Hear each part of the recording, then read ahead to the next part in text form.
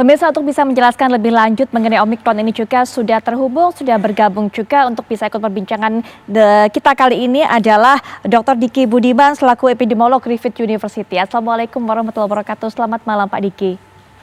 Waalaikumsalam, selamat malam Mbak Putri dan semuanya. Baik, Pak Diki Budiman, yang kami dengar Omikron ini juga sudah masuk ke Australia. Seperti apa informasi-informasi terbaru yang mungkin bisa disampaikan oleh Pak Diki mengenai hal ini? Ya, ini terdeteksi sebenarnya kedatangannya hari Sabtu kemarin dari Afrika Selatan. Ada 14 penumpang sebenarnya dari Afrika Selatan, dan 2 dideteksi positif ya, karena di sini ketika PCR positif langsung di genome sequencing dan terdeteksi membawa varian Omicron. Jadi seluruh penumpang yang sisanya 260 dengan kru juga akhirnya diisolasi saat ini, di karantina selama 2 minggu. Jadi pemerintah di sini menetapkan bahwa masa karantina tidak 7 hari lagi untuk dalam kaitan kewaspadaan atau respon awal dari Omicron ini menjadi kembali 2 minggu untuk kasus yang kontak maupun yang terdeteksi.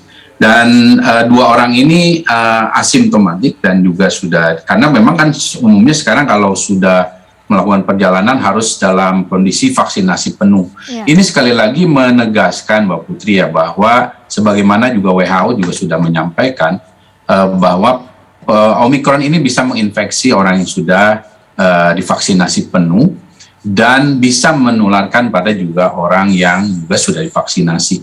Jadi kalau dalam epidemiologi itu, kalau tingkatan paling tinggi itu sebetulnya paling rawan itu adalah penularan dari orang yang belum divaksinasi kepada orang yang belum divaksinasi.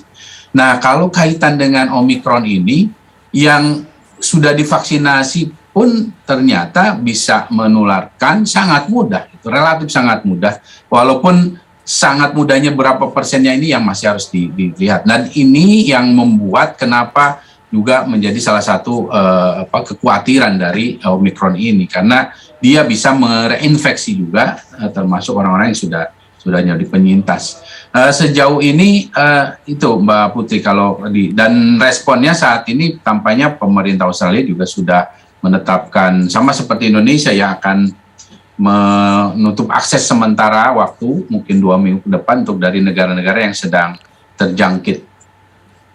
Dr. Diki Budiman, dari informasi sementara, apakah ada gejala-gejala berbeda yang dirasakan oleh para pasien yang terjangkit Omicron itu dibandingkan dengan mereka yang memang terjangkit virus-virus sebelumnya atau varian virus sebelumnya?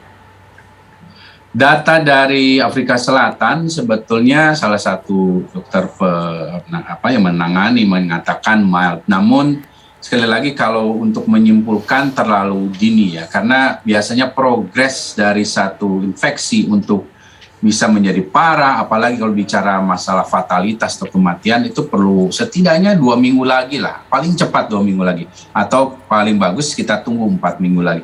Tapi sembari menunggu tentu kita harus melakukan mitigasi ya, pencegahan. Dan satu hal yang penting ya Mbak Putri ya, kalau bicara dalam konteks epidemiologi, varian apapun, sebelum bicara keparahan atau fatalitas atau kematian, misalnya begini, oh ini kan nggak parah, oh ini kan nggak menyebabkan kematian. Tapi selama dia itu sudah terbukti begitu cepat menular, ini akan jadi masalah public health ya. Karena apa? Ketika dia cepat menular, apalagi sedikit saya mengkoreksi sedikit saja pernyataan awal tadi di TV One bahwa ini potensinya 500% lebih cepat menular dibandingkan virus asli liar yang di Wuhan ya, bukan Delta.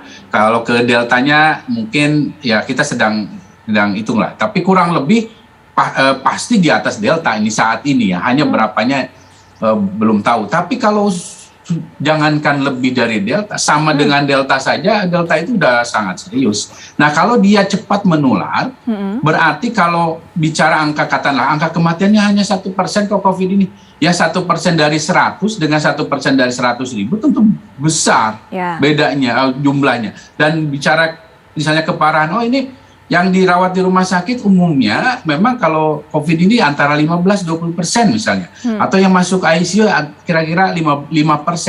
Tapi 5% dari 10.000 dengan 5% dari 100.000 atau bahkan 1 juta, ya itu akan membebani Baik. fasilitas kesehatan Ya. gitu. Baik, Pak Diki, sebelum saya mendapatkan keterangan dari Dr. Yusuf, tapi mungkin Pak Diki bisa juga memberikan keterangan kepada kami, tes jenis apa, apakah memang PCR konvensional yang digunakan kepada mereka, para turis ataupun juga para pendatang dari Afrika tersebut, sehingga kemudian terdeteksi mereka terjangkit virus Omikron ini? Sejauh ini masih ya, walaupun ada kekhawatiran yang karena dia S deletion, dia hilang ya S-nya. Jadi tapi kan tipe dari pemeriksaan PCR ini kan biasanya ada dua ya. Jadi tampaknya negara-negara yang berhasil memilih penerapan mesin PCR yang bisa mendeteksi tidak hanya S saja, tapi komponen gen lain. Dan ini tampaknya juga harus kita terapkan. Sejauh ini juga rapid test antigen masih dianggap cukup sensitif ya, cukup sensitif. Sejauh ini ya kita masih berpegang pada data awal. Baik, itu yang mengkhawatirkan Dr. Yusuf, kalau Anda kata memang ternyata varian ini lemah ataupun juga tidak bisa terdeteksi dengan PCR konvensional seperti yang selama ini dikabarkan, walaupun ini masih dari penelitian awal. Iya, jadi kalau kita sih sepakati bahwa virus COVID itu pasti akan bermutasi terus. Tapi ketika dia bermutasi kita harus mengamati lagi. Tadi pagi kita berdiskusi dengan Dr. Chen dari Dr. Bhinneka Tunggal Ika, kita mendapatkan mungkin jangan-jangan ketika dia bermutasi ini bisa aja dia makin melemah, tetapi proteinnya berkurang sehingga sensitivity dari PCR berkurang untuk mendeteksi. Jadi artinya kita tetap perlu mengamati virus ini, varian baru ini dengan lebih ketat agar tidak terjadi ledakan, itu aja. Betul. Jadi kalau WHO menyatakan variant of concern itu adalah kewaspadaan, sedini mungkin kita mencegah. Baik. Kata kuncinya itu, jangan biarkan orang asing masuk ke Indonesia dan karantina jangan lagi cuma 3 hari. Harusnya berapa hari idealnya dengan kondisi seperti ini? Tadi kan Australia udah 14 hari. Betul. Berarti Apakah kan, harusnya kita juga menerapkan hal yang sama? kalau saya rasa Dok? kita harus lebih ketat dan juga memantau. Jadi PCR itu pas saat datang di PCR, kemudian 3 hari di PCR lagi. Jadi kita dapat benar timetable dari perjalanan si virus tersebut. Jadi lebih aman. Dan yang berikut lagi ya, seluruh petugas benar-benar konsentrasi untuk memberi hotel yang baik, tapi mengawasi dengan ketat. Jangan sampai waktu pas kejadian seperti kemarin ada yang bisa keluar gitu loh. Nah itu yang benar-benar kita harus jaga. Jadi port entry itu yang nomor 1 kita jaga bersama. Baik, itu cara yang paling efektif. pas ya, paling efektif tentunya untuk bisa membatasi orang-orang dari luar untuk bisa masuk ke negara kita. Betul. Dan pemirsa, kami akan jeda sejenak. Saat kami kembali, kami juga akan bawa Anda untuk bisa mendapatkan keterangan. Ini adalah konferensi pers yang akan dilakukan oleh Menko Marves Luhut Binsar Panjaitan mengenai virus Omikron ini, tapi sesaat lagi.